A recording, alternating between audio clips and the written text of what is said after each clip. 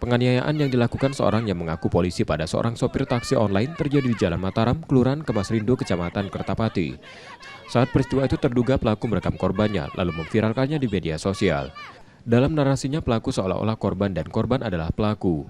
Korban yang tidak terima dianiaya dan direkam lalu diunggah ke media sosial kemudian melapor ke Polrestabes Palembang. Menurut korban, awalnya ia akan mengantarkan penumpang berhenti sejenak di depan sebuah toko. Saat berhenti itulah mobil terlapor yang diduga jalannya terganggu memarahi pelapor hingga terjadi perkelahian.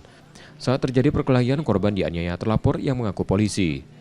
Aku maju dikit, sudah maju, masih di klaksoninya, sudah maju, masih nak di klakson, sudah tuh di stopnya aku depan mobil aku kan, turunlah dia langsung ngoco, sudah ngoco, ya bergulatlah kami di situ, sudah bergulat, kurang puas dia di depan becak-becak itu dicadangnya mobil aku, sudah dicadangnya, digoconya mobil aku, sudah digoconya 3 kali, keluar aku, udah keluar.